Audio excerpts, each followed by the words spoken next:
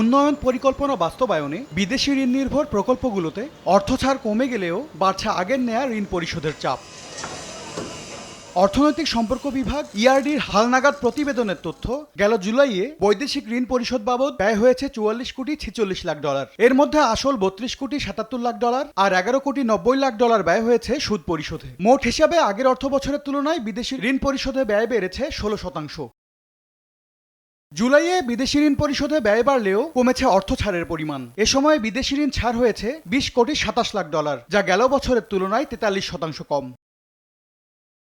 ঋণ ছাড় কমলেও বড় ব্যবধানে বেড়েছে বাংলাদেশকে দেয়া ঋণ ও অনুদান প্রতিশ্রুতি। জুলাইয়ে বিদেশি ঋণ ও অনুদান মিলে প্রতিশ্রুতি মিলেছে 8 কোটি 34 লাখ ডলারের, যা গত অর্থ বছরের প্রথম মাসে ছিল 1 কোটি 64 lakh dollar.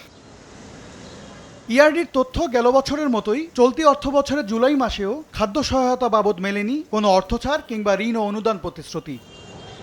M S Arifin, সময় সংবাদ, ঢাকা।